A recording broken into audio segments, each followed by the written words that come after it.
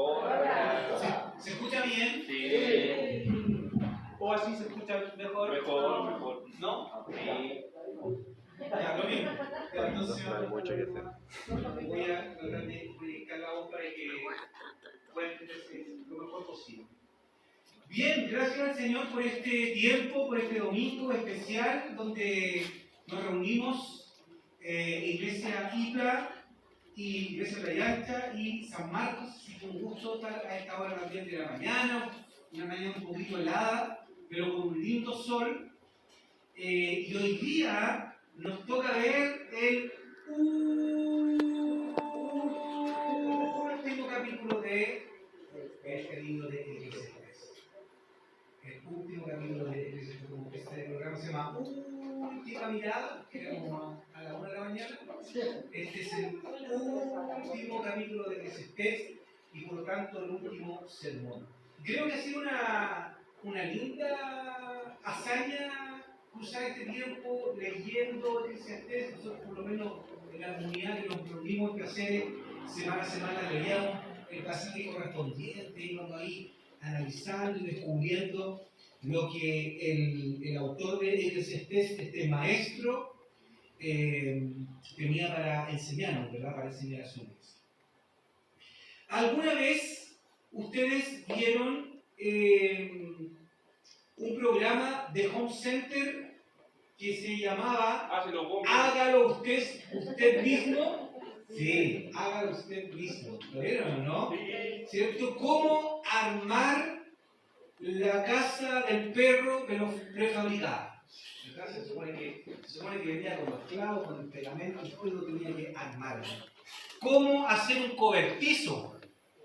En 15 minutos el hombre hacía un cobertizo con inclusive los palos lijados y barnizados, que era increíble, con traga luz y todo.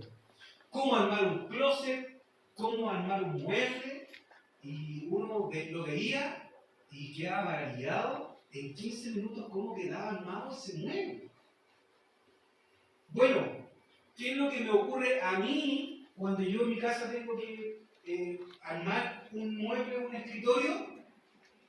No sé si me pasa a mí nomás, yo creo que aquí no les pasa, porque hay gente bien habilidosa. Me sobran piezas, no me ensamblan las piezas como corresponden, me sobran tornillos. Dice, ponga aquí la pieza número 16, no encuentro la pieza número 16. ¿Le pasa a usted, Javier? No se pierde el número de la pieza. Los cajones, cuando uno los arma después, no cierran bien. ¿Sí o no? No calza las cosas donde corresponden, no ensambla todo como corresponde. ¿Me pasa a mí nomás?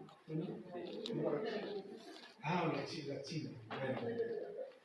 Bueno, y una visión honesta del mundo, de la realidad, es como un mueble a medio armar, ¿verdad? Donde los cajones no cierran correctamente, donde las piezas no encajan, ¿verdad? Y donde las instrucciones tampoco son claras, no sabemos qué hacer. Eclesiastés, lo que nos muestra a lo largo de estos 12 capítulos justamente, nos muestra el mundo como un mueble mal ensamblado y lo describe en palabras. No sé si les pasaba a ustedes, pero había momentos en la lectura de Eclesiastés que me provocaba exasperación y me provocaba frustración cuando el maestro describía un mundo incoherente y un mundo sin sentido. Y cuando me sentía agobiado por digamos, este pesimismo, siempre decía, yo en mi mente decía, pero esta no es toda la realidad. En realidad las cosas no son tan así como lo está diciendo este hombre. El autor de Eclesiastés está describiendo cómo son las cosas, cómo se ve el mundo, pero debajo del sol. Solamente con la observación que él podía hacer. Eclesiastés no solo pone el mundo roto, este mueble mal ensamblado en palabras, sino que al terminar este libro, lo que leímos ahora y lo que vamos aprendiendo ahora, al terminar este libro nos da una esperanza y nos muestra un camino de solución a la vanidad, a la futilidad y al sinsentido. Repito lo que acabo de decir. Al terminar el libro, el autor de Eclesiastés nos da una esperanza y nos muestra un camino de solución a la vanidad, a la futilidad y al sinsentido, que es lo que predomina a lo largo de todo el libro, ¿verdad? Nos dice no solo cómo se ven las cosas debajo del sol, sino que al final también nos cuenta cómo ve Dios las cosas por sobre el sol. ¿Sí? Entonces, he titulado este sermón Todo nuevo sobre el sol. Todo nuevo sobre el sol. Y para que podamos ir desmenuzando y digiriendo bien el mensaje de este pasaje, lo he dividido en 3 partes este sermón. Acuérdate de tu Creador, versículos del 1 al 7. Escucha a tu pastor, versículos 9 al 12. Y teme a tu juez, versículos 13 y 14. Vamos a estar viendo qué nos dice ahí. Así que vamos al primer punto. Acuérdate de tu Creador, versículos 1 al 7. Acuérdate antes de que seas muy viejo y se te pase el tiempo. Eso es lo que dice el pasaje. Aquí el autor va haciendo un juego de palabras entre una casa que se está cayendo a pedazos, pero que va significando la decadencia de un hombre con los años. No sé si se dieron cuenta o si lo estuvieron en la semana. Acuérdate antes que las piernas, las guardias de la casa empiecen a temblar y los hombros se comiencen a encorvar. Acuérdate antes que las molederas dejen de moler porque son pocas. ¿A qué se está refiriendo?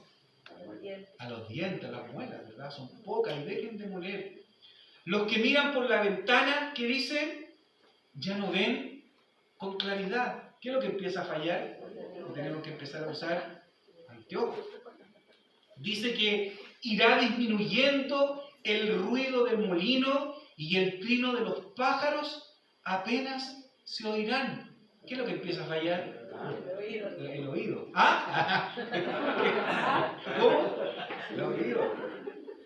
No es que el molino pierda su sonido, sino que lo dejamos de percibir. Florecerá el almendro. Eso es más conocido para nosotros, ¿verdad? Empiezan a salir las canitas. Acuérdate de tu Creador antes de llegar a tu hogar eterno. Eso es fácil de entenderlo, ¿no? Nuestro hogar eterno, cuando estemos bajo tierra.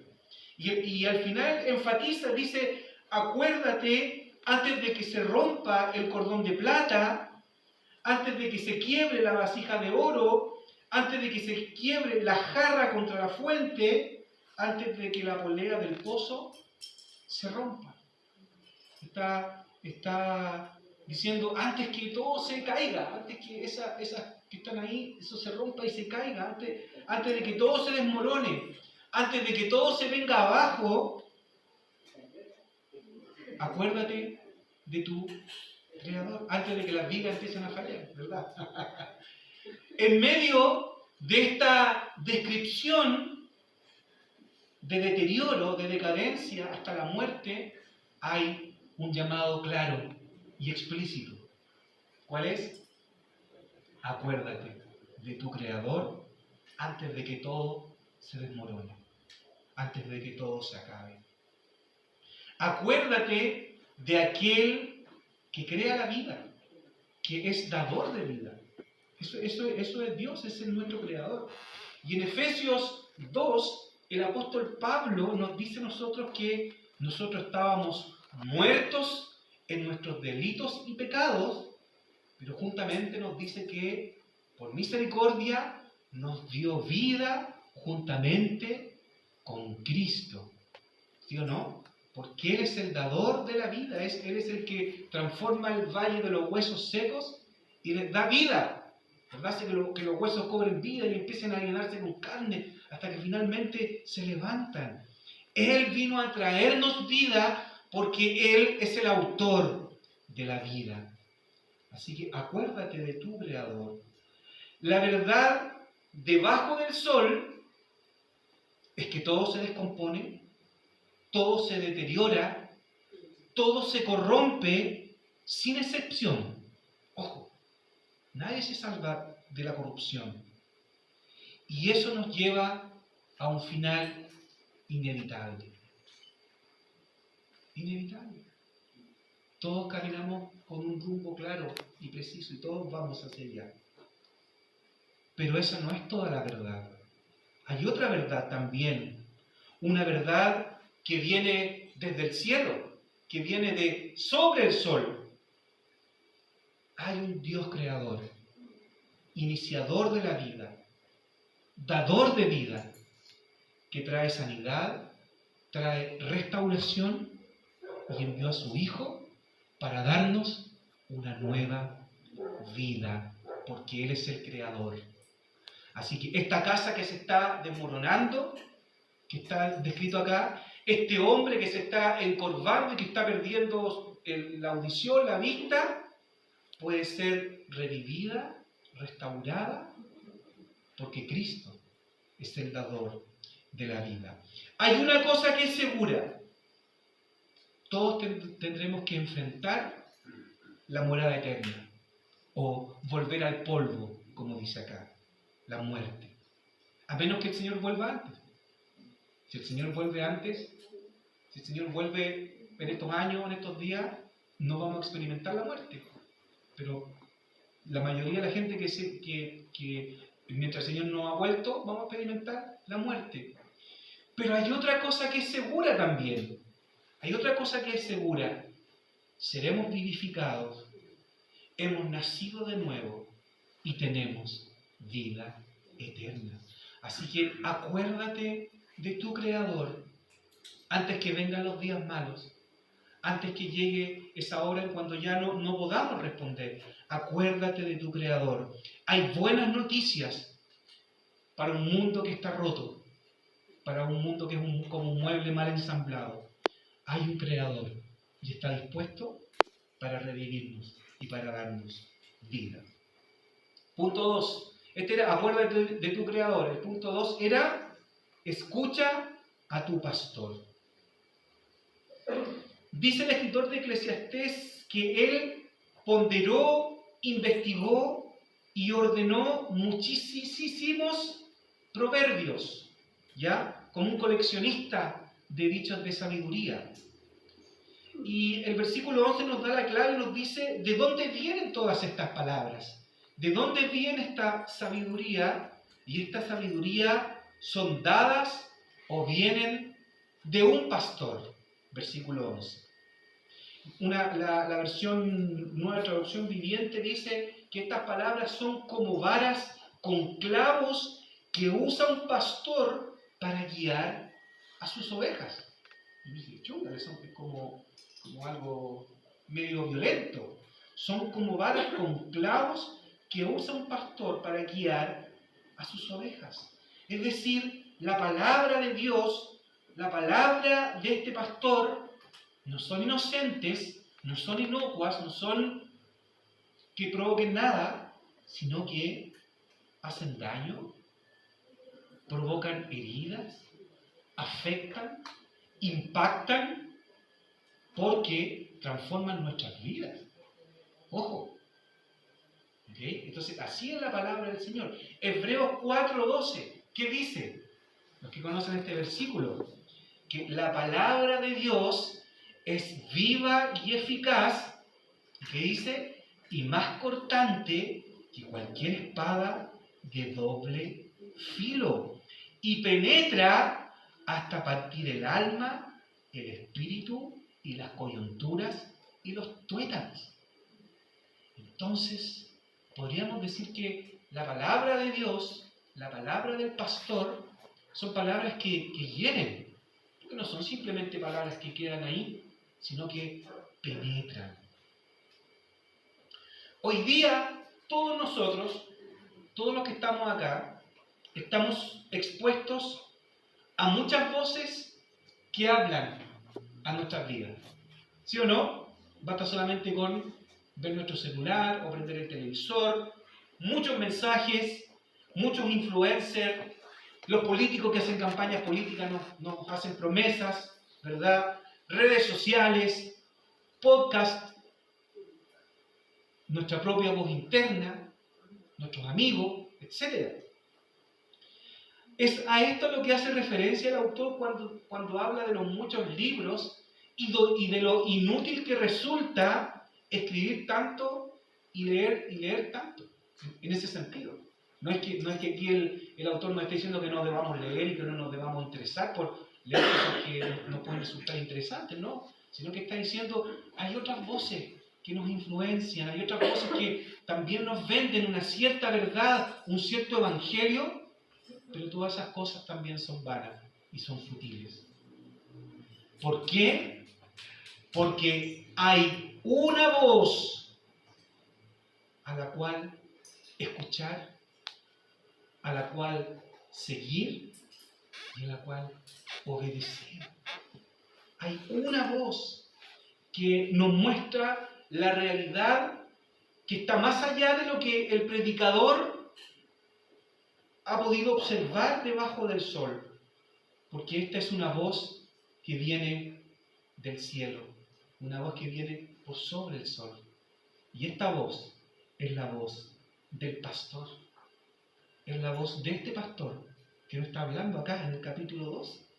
Y Eclesiastés nos apunta a este pastor, que es un pastor rey, un pastor que cuando vio a las multitudes con hambre y cansados, dice que tuvo compasión de ellas porque eran como ovejas sin pastor,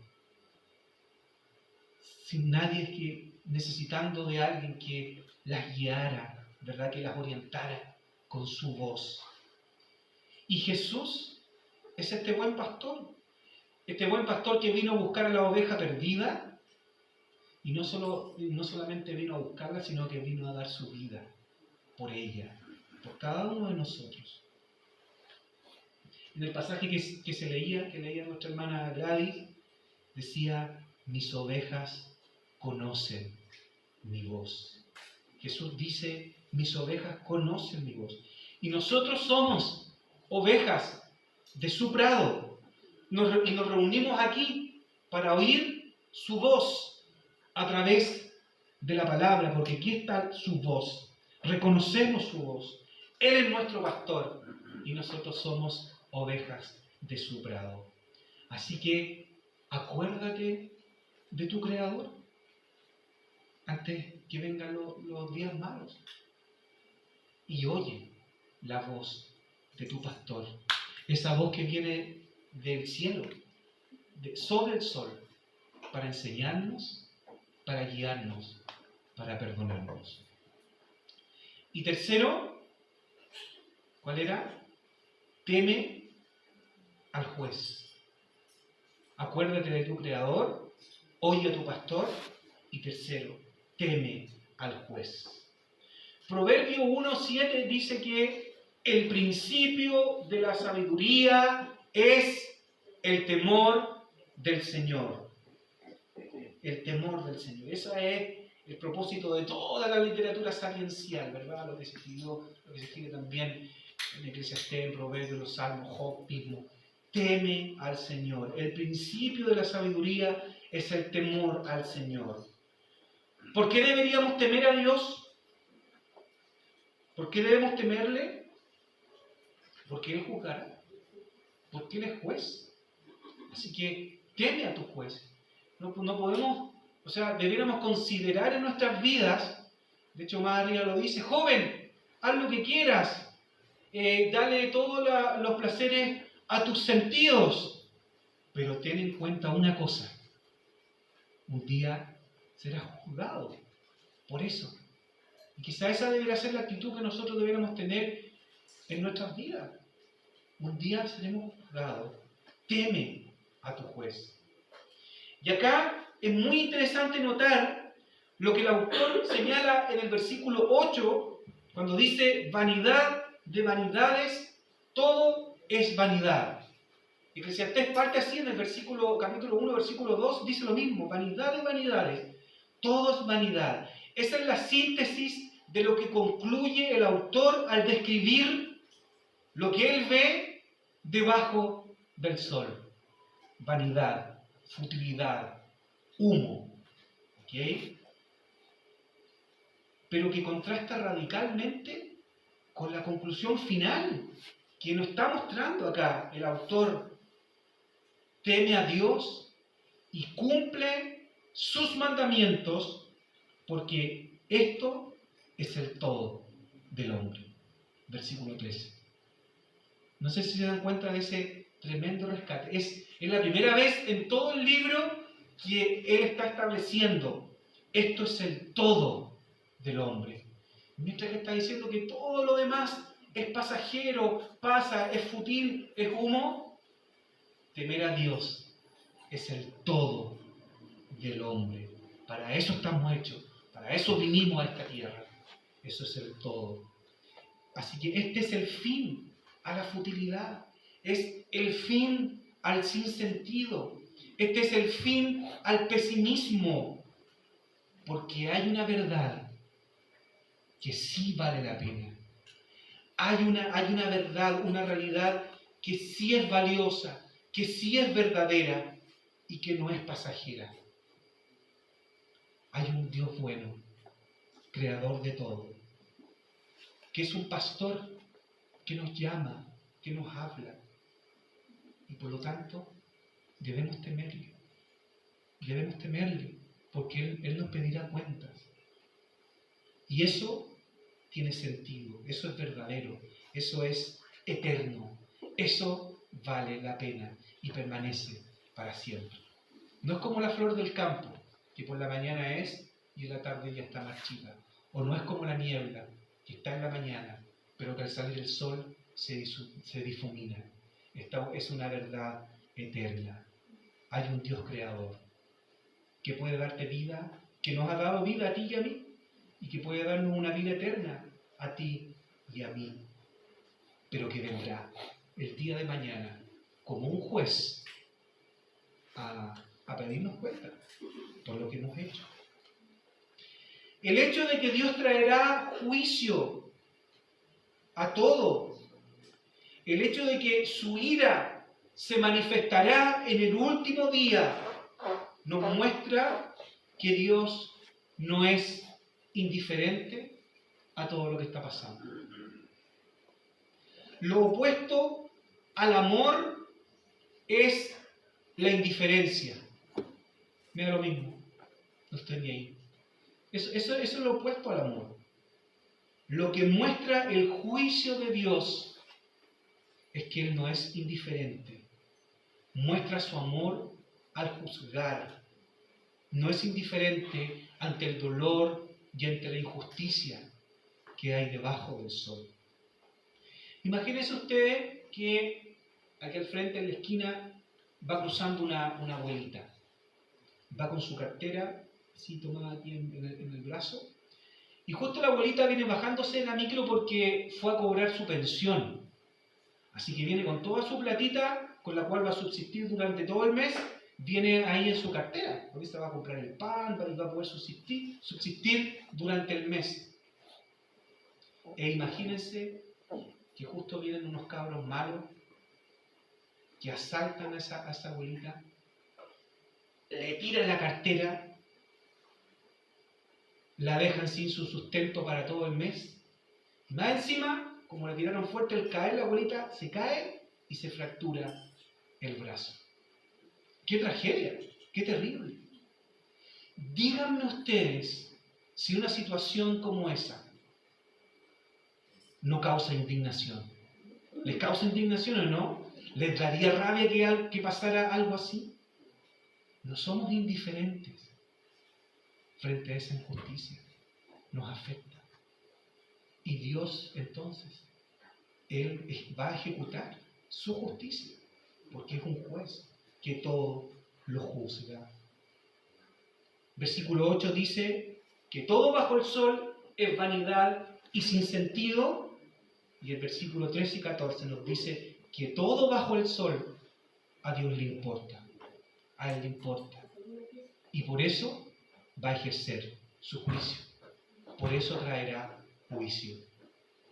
Teme a tu juez, teme a tu juez. Dios le dio toda autoridad a Jesús, tanto en el cielo como en la tierra, y su nombre ha sido puesto por sobre todo nombre, porque Él está reinando y un día volverá a juzgar. Ese es el mensaje del Evangelio, queridos hermanos. Pedro nos dice en Hechos, dice, a este Jesús que ustedes crucificaron, Dios lo ha puesto como juez del mundo. Y Él volverá a juzgar a los vivos y a los muertos. Así que el mensaje del juicio de Dios es parte del mensaje del Evangelio. Jesús volverá como el gran juez del universo y hará que todo sea puesto en el lugar correcto. Arreglará todo lo que está roto, arreglará esta casa que se está desmoronando, que las vigas están cediendo. El Señor va a restaurar todo eso y arreglará lo que también está roto y dañado en nosotros. ¿Amén? ¿Están todavía conmigo ahí? ¿Sí? ¿Cuál es la conclusión final de todo? ¿Cómo termina esto? ¿Cuál es el punto de todo esto? Que todo es nuevo sobre el sol, ¿verdad? Contrario a lo que este investigador pensaba, que no hay nada nuevo bajo el sol, el Señor nos demuestra que todo es nuevo sobre el sol. El mundo fuera del jardín, fuera del Edén, donde las cosas no resultan y están todas dadas vueltas y son injustas y nos dañan, son como un mueble donde las piezas no calzan y donde las piezas están desajustadas y por lo tanto no funciona como debería. Y la conclusión del autor de Eclesiastés es: hay más que decir que solo lo que observamos debajo del sol. Y ahí se resuelve esa desesperación que les decía yo que a veces me daba leer Eclesiastés. Hay más para decir que solo lo que observamos debajo del sol. La verdad que incluye que hay un Dios poderoso, benevolente, dador de vida, creador de todo, que nos viene a redimir y a dar una nueva vida, y que es un pastor amoroso, que nos trae una palabra, que vino a restaurarnos, a sanarnos, a darnos una nueva esperanza, a orientarnos, a enseñarnos cómo debemos vivir. Pero que un día volverá como un juez a quien debemos temer, a quien debemos honrar. Así que esa es la conclusión de todo. Acuérdate de tu Creador, oye a tu pastor y teme a tu juez. Ahí está la historia desde principio a fin, ¿verdad? Todo empieza con un creador y todo termina con un juez que vendrá a consumarlo todo. Pero entre creación y juicio, ¿a quién tenemos mientras caminamos en esta tierra? Tenemos al pastor. Él es el pastor. El Señor es nuestro pastor. Y por lo tanto nada nos faltará. Necesitamos su palabra para vivir. Necesitamos su palabra para ser restaurados, consolados cuando haya tristeza. Como le dijo el apóstol Pedro a Jesús: ¿a quién iremos, Señor, si solo tú tienes palabra de vida? Así que damos gracias al Señor por este libro que fue puesto ahí, Eclesiastés. que tenía y tiene muchas cosas para enseñarnos, para instruirnos. Y quiero invitarte a que, ya dando término a esta serie, cerrando la serie, podamos tener un tiempo de oración. Puedas tener un tiempo de oración personal y podamos juntos también elevar nuestra voz al Señor. Y quiero invitarte a que, si acaso tú todavía en tu vida no has aceptado el señorío de Cristo, si acaso en tu vida tú todavía no has aceptado al Señor como tu pastor personal que te guía, que te habla, que te instruye, quizás este puede ser un buen momento para decirle al Señor: Señor, ven a mi vida. Yo quiero que tú seas mi pastor. Yo quiero que tú seas el Señor de mi vida. Y si acaso tú eres una persona que hace mucho tiempo viene a la iglesia y que quizás tienes un tremendo testimonio hacia atrás con el Señor, que también este sea un momento para reconsiderar el llamado, ¿verdad? Hay una de las iglesias del Apocalipsis, no me acuerdo cuál es, donde le dice: una cosa tengo contra ti, que has abandonado tu primer amor. Así que quizás este sea un buen momento para, al acordarnos quién es nuestro Creador, quién es nuestro pastor y quién es el juez a quien debemos temer, que este sea un momento para revitalizar nuestra fe y renovar, ¿verdad?, el querer vivir una vida en obediencia a nuestro pastor. Así que te invito a tener un minuto de silencio donde puedas orar, aceptarle, pedirle al Señor que venga a tu vida, pedirle al Señor que venga a renovar tu vida. Y termino yo con una oración final.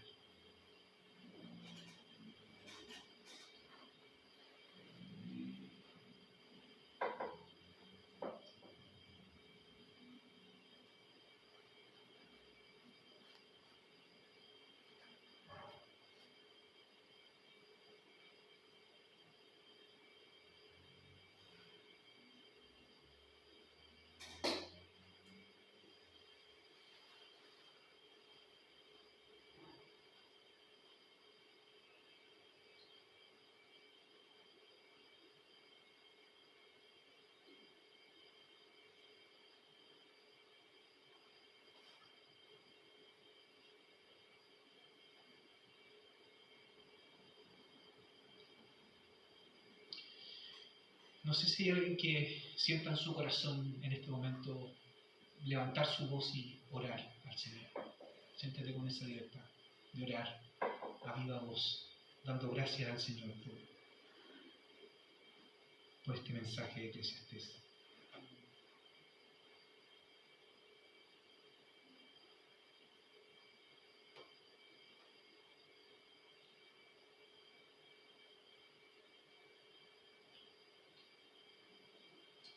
Señor, gracias porque en un mundo de absurdos y sin sentidos, tú nos das un propósito y una vida eterna. Amén.